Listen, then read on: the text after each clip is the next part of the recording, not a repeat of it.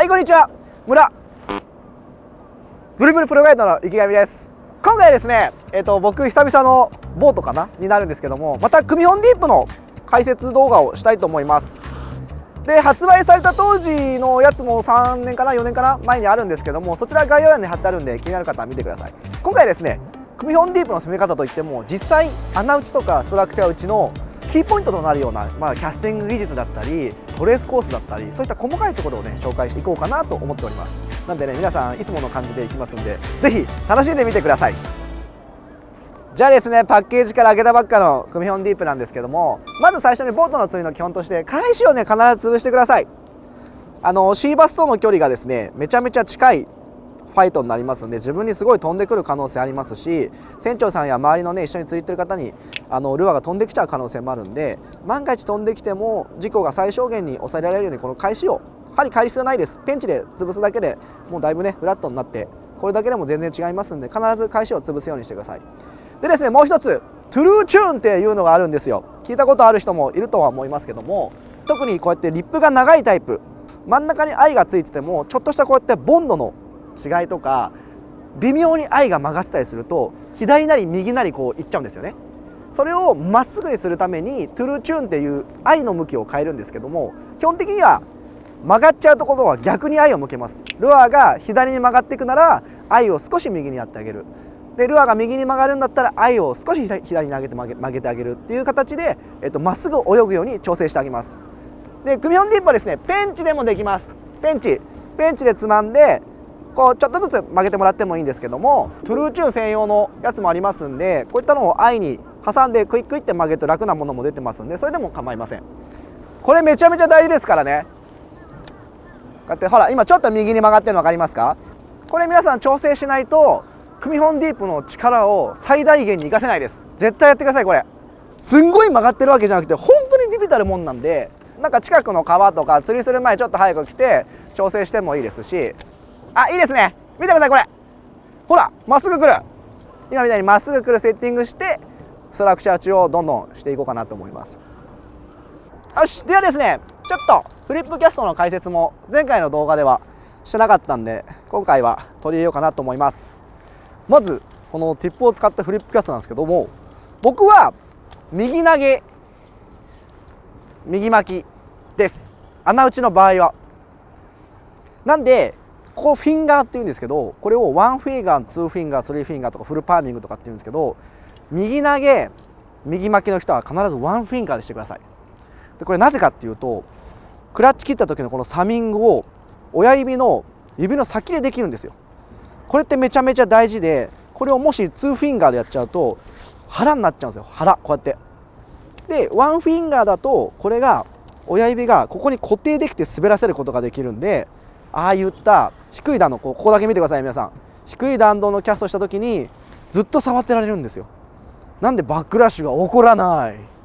つまり恐れることなく投げレール、この投げレールがあるだけで低い弾道でバシバシバシバシバシバシ動画のようなキャストが可能になります。でこれはね、右投げ右巻きの僕のスタイルのやり方で、左巻きの人いますよね。スピニングリールと一緒で右巻きの人左巻きの人、ベイトで右で投げて左で巻く人、僕これもできます。このやり方もできるんですけど、これのやり方の人はワンフィンガーこうするタイプとツーフィンガーもありです。なぜかっていうと持ち替えないんで、そのままずっとこう巻けるんですよね。投げてバーって。ワンフィンガーの弱点ってグリップ力が少ないんですよ。だから万が一大きい魚とか何かあった時にこのままスポーンってこれをスポーンって抜けちゃう可能性あるんで、2つの指でロックする。魚が勝った時もっていう意味でこの2フィンガーもありです。慣れてくると今度3フィンガーとかフルパーミングっつってもう全部こうやっちゃう人とかも中にはいらっしゃると思うんで、左巻きの人は1から3まで自分に合ったやり方。最初3で難しかったらやっぱ1がおすすめです。1がおすすめで、プロの方なんかそこからこう2にしてる人もいます。投げてフリップキャストした後に2にこう持ち替えて左に巻く。そうすると万が一でかい魚が勝ってもグリップ力が増すんでね。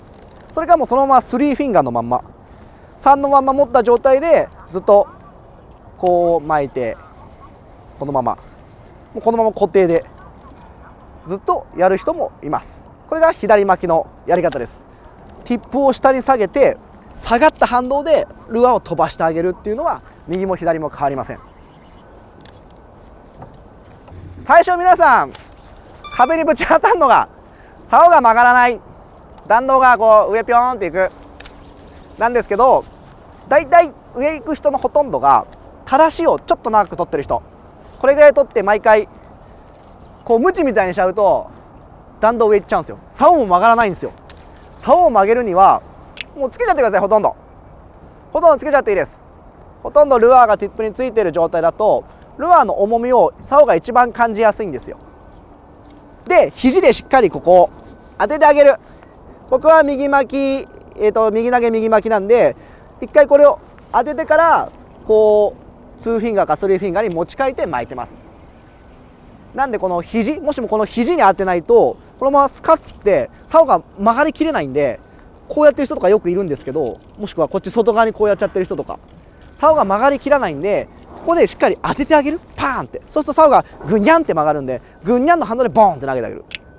グニャンボーンですよ。グニャンボーン。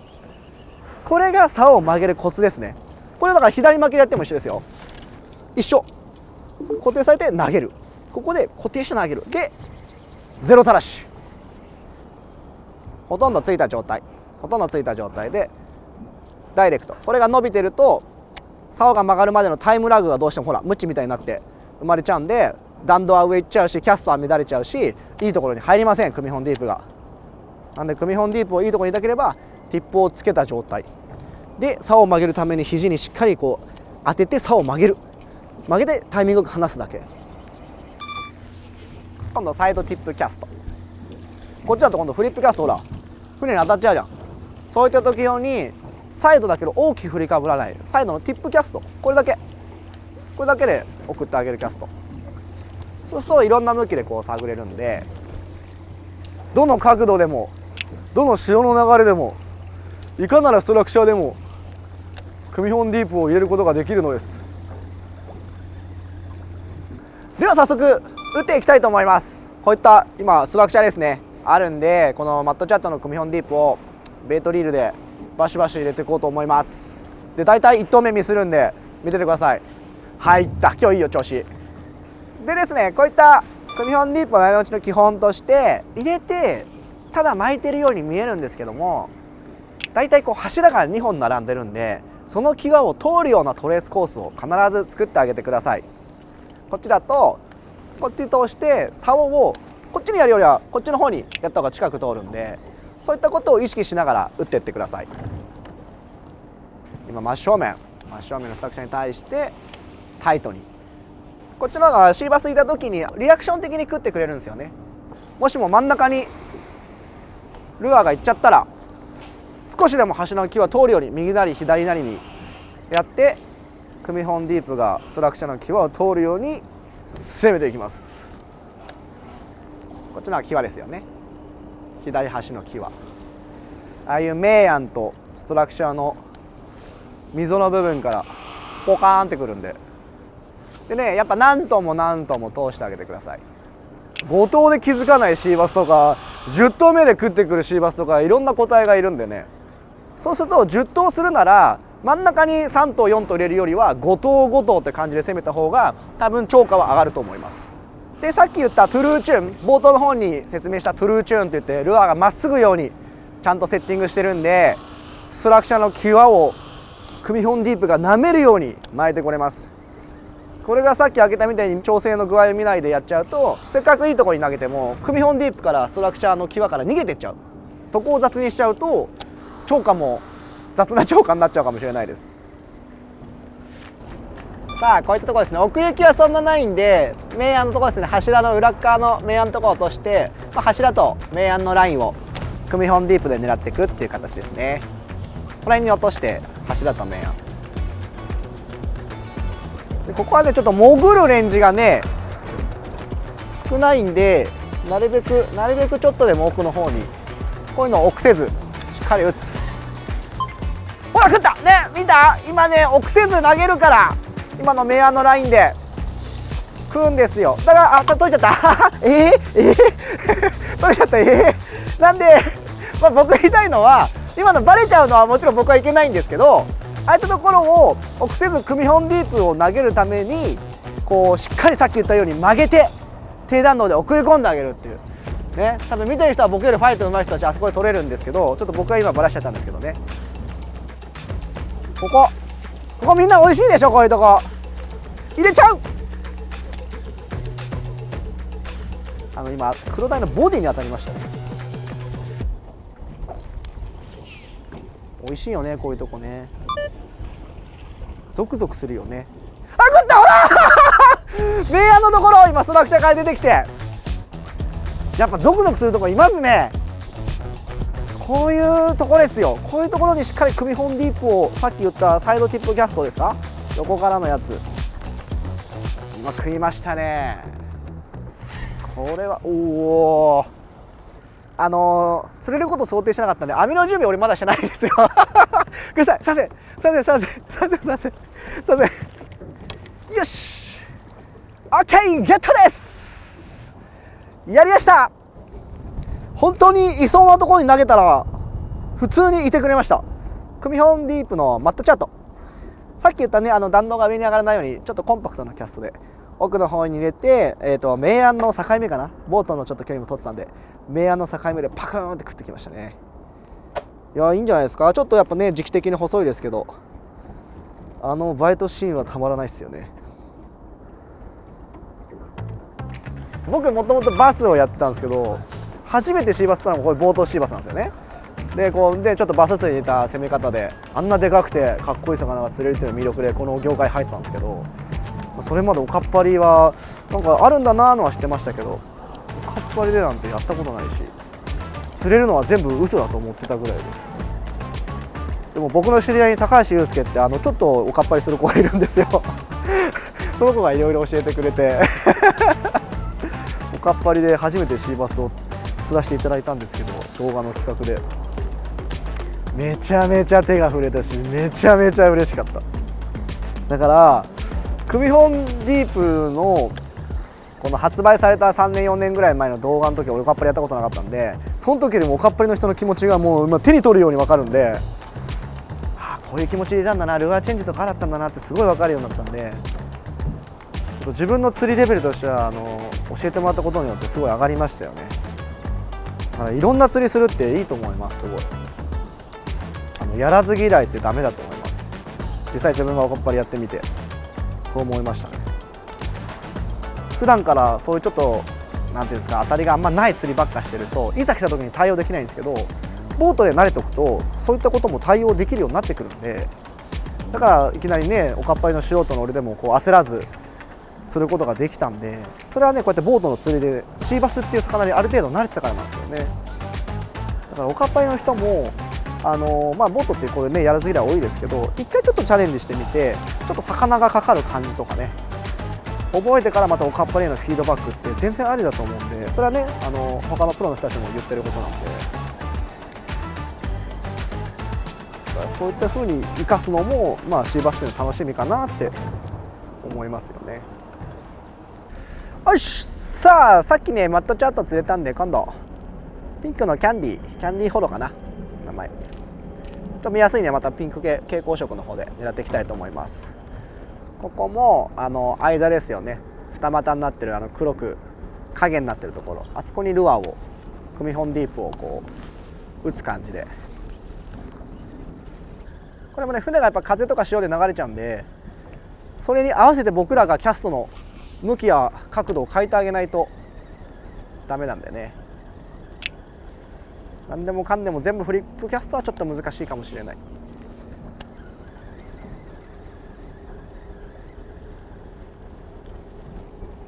あ、追ってきた下追ってきた。今見ましたね。僕変更つけてるんでちょっと画面上じゃ分かりづらいと思いますけど、来ないか。ここで分かりやすく来てくれたらいいんだけどね。潜ってピックアップの時に相当距離あったからね。今だからあれをスイッチ入れるためにどうするかですよ。追ってきて興味はあるから、これなんか下沈んでるね多分ね。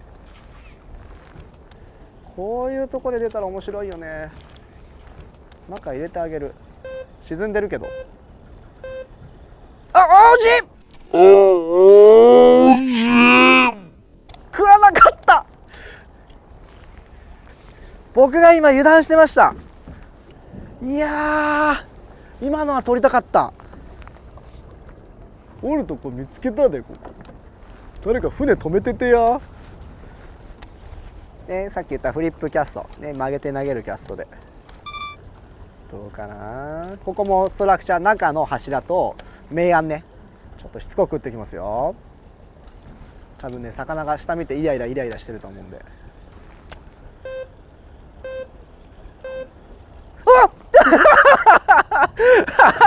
何投投げた？ 20 投は投げたかな。それでやっと今バイトですよ。しかも超浅い。そういう釣りなんですよ。だからもう何とも同じところにしっかりアプローチして魚にスイッチを入れさせる。もう使ってるルアーはこれ間違いないんで、こういうストラクチャーゲームで。くっそー。でピックアップの時じゃ必ずこう上がってきた時なんですよ。だから最後まで、今のはね気を張ってたけどね乗せられなかった。これがまたね秋とは違う楽しみだよね。ちょっと気難しい産卵終わりのシーバス君たち、きっと夜はバチを食ってるであろう。ほら、くっそ名案来ましたね。俺一体何とも投げたんすかね。3年は投げてたかな。ここでそんな投げてないね。そんな投げてない。嬉しい。これちゃんとファイトするよ、池上。動画ではあんま見せたことないちゃんとしたファイトだってこれ欲しいもん。まあもう近距離でも魚跳ねさせないのはね、おかっぱりもあれも一緒。竿を突っ込んで、さあどうかな。あ、サイズアップしましたね。あ、危ないダメだよ、エラーライ。危なかった。針がもう1本だった。やりました、皆さんゲットです。やりましたね。なんとも20投近く投げたんじゃないですかね。同じとこ投げてスイッチ入れて食わせました。これね気持ちいい1本です。はい、じゃあリリースしますね。また大きくなって会おう。お前は嫌かもしれないけど俺は大きくなって会いたいぞ。やったボツじゃない。やったおかわり行きましょうか。おかわり。もうボツじゃないんで、この動画流れてると思うんでテンション上がってきた。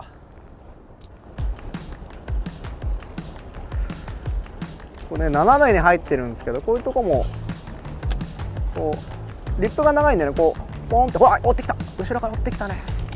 弾いていけるんで、今後ろから追ってきたね。おっ、どうすることもできないぞ池上近すぎてどうすることもできないぞ。お願いします。ダメだ。もうちょっと美味しそうに動かせばよかった。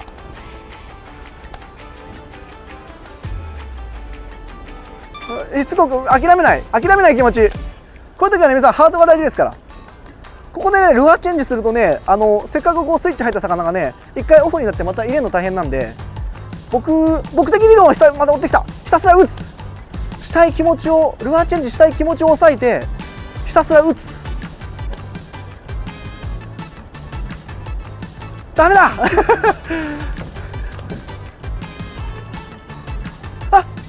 ったよイエス、勝った。駆け引きに勝ったね。ルアーチェンジしたい気持ちあるんですけど、シーバスがイライラしてるんですよ。何って、そこでピンクじゃないのかな、チャートに戻しちゃおうかなってしちゃったその時間で、このスイッチ入ったシーバスがオフになっちゃうんですよ。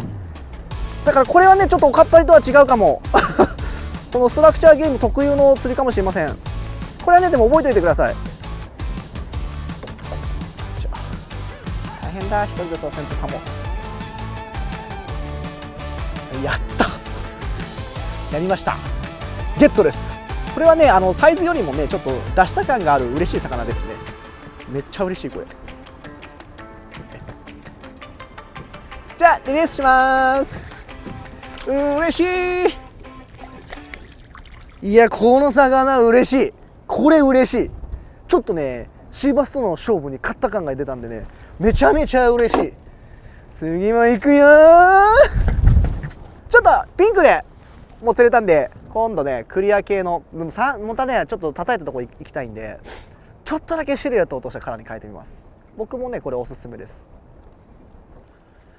ね。これ下にねこのままこれが廃れて入ってるんですけど、ロングリップだからねそれを弾きながら来てくれるんで、それでバイトを誘発することもできるんで、バイブレーションだと無理。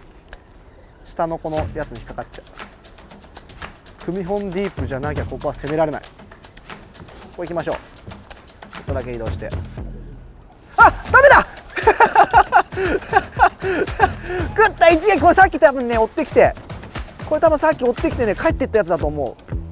ちょっとドラグ、ベイトもねドラグ使いましょう。こうやって最近のベイトはドラグ音が鳴るやつも出てるんで、しっかりベイトでもねゴリ巻きじゃなくてドラグ使う。スピニングとしてです。ここはそう、ここもイワシ吐いた。めっちゃイワシ吐いた。ここもベイトだからっつってゴリ巻きした後にほら皮一本でしょ。危ないね。そうこれがバレちゃうからあんまり跳ねさせないファイトで大丈夫だ。もうまだ吐く。今日一来たね。でかいよこれ。春の穴打ちではいいサイズですよ。ほらやったやった。嬉しい嬉しいです。やりました皆さん。何回まで追ってきたけど多分これ戻ってった個体。ちょっとねカラーチェンジして味付け変えて一撃で食わすことができました。嬉しいです。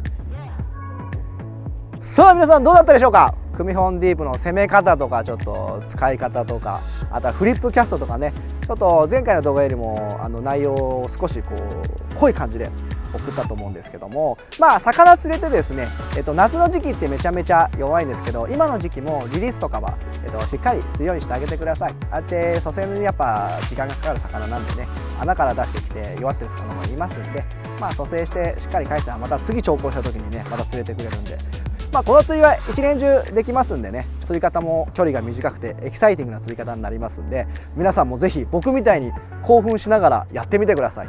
今日はめちゃめちゃ楽しい撮影になりました。じゃあ皆さんまた会う日まで。バイバーイ。